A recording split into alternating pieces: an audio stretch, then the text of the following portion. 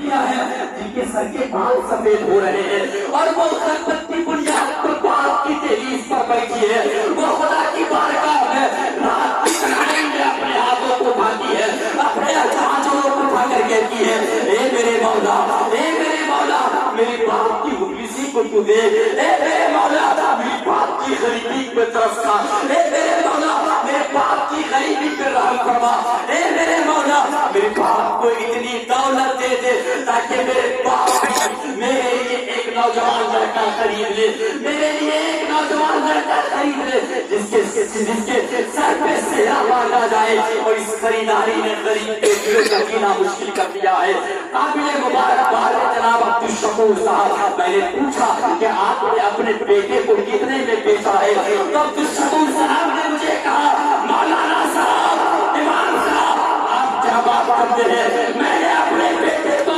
بیچا نہیں ہے بلکہ کلمہ جانے محشر میں اگر اللہ کے حضور مجھے کھڑا کر کے پوچھا جائے گا کہ عبدالشکور صاحب تو نے اپنے بیٹے کو کتنے میں بیچا، تو میں فخر کے ساتھ کہوں گا اے میرے مولا میں نے اپنے بیٹے کو بیچا نہیں ہے بلکہ تیری ناموس کے لیے، تیری غریب بچی کے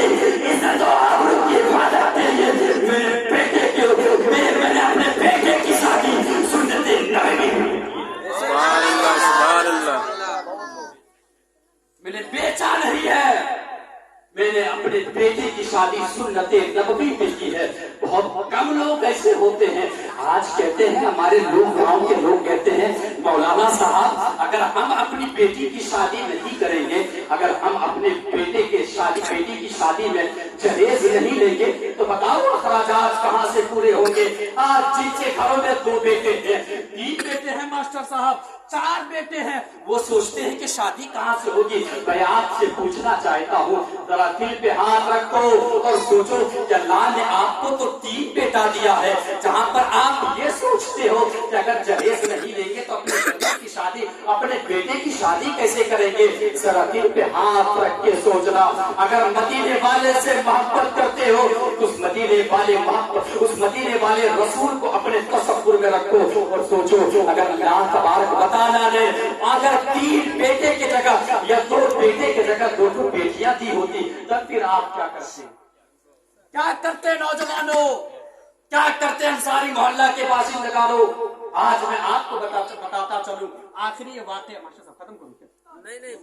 آج میں آپ کو بتاتا چلوں اور یہ آخری واقعہ سنیے کہ ہم نے تو مثال دیتے ہیں کہ اگر کسی کی شادی ہوگی تو وہ سنت نبوی میں شادی کرے، وہ جس طرح حضور نے اپنی بیٹی کی شادی کی ہے، جس طرح حضور نے اپنی پاک بیٹی طیبہ طاہرہ عابدہ زاہدہ حضرت فاطمہ کی شادی کی ہے، اسی طرح شادی کیے۔ آج میں آپ سے پوچھنا چاہتا ہوں، جب سرکار نے اپنی پیاری بیٹی جب حضرت فاطمہ کا نکاح طے کیا، نکاح طے کرنے کے بعد جو ہی حضرت ابو بکر صدیق رضی اللہ تعالیٰ عنہ کو پتا چلا کہ حضور نے اپنی پیاری بیٹی عابدہ طیبہ طاہرہ زاہدہ حضرت فاطمہ الزہرا کا نکاح حضرت علی سے طے کر دیا ہے، بھاگتے ہوئے صدیق اکبر آتے ہیں حضور کی بارگاہ میں اور عرض کرتے ہیں میرے سرکار، میں نے سنا ہے کہ آپ نے اپنی پیاری بیٹی حضرت فاطمہ کا نکاح طے کر دیا ہے۔ حضرت حضور فرماتے ہیں کہ اے صدیق تم نے بالکل صحیح سنا، میں نے اپنی پیاری بیٹی، میں نے اپنا لخت جگر، میں نے اپنا نور نظر حضرت فاطمہ کا نکاح حضرت علی سے طے کر دیا ہے۔ تب حضرت ابو بکر صدیق فرماتے ہیں حضرت ابو بکر صدیق فرماتے ہیں یا رسول اللہ علیہ السلام پھر مجھے اجازت دیجیے۔ اب حضور فرماتے ہیں اے پیارے صدیق اکبر، کس چیز کی اجازت مانگتے ہو، کس چیز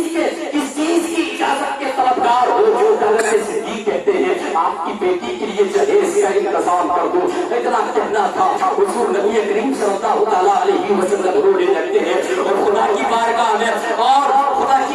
میں دعا کرتے ہیں اور حضرت ابو بکر صدیق کو کہتے ہیں اے ابو بکر، آج اگر میں اپنی بیٹی کو جہیز دوں گا پھر ہماری امت میں سے بہت سارے لوگ ایسے ہوں گے جن کو اللہ تبارک و تعالیٰ 2 بیٹیاں دے گا، جن کو اللہ تبارک و تعالیٰ 3 بیٹیوں سے نوازے گا، وہ اپنی بیٹی کا شادی کیسے کرے گا؟ میں اپنی بیٹی کو کوئی جہیز نہیں دوں گا، میں بغیر جہیز اپنی بیٹی کی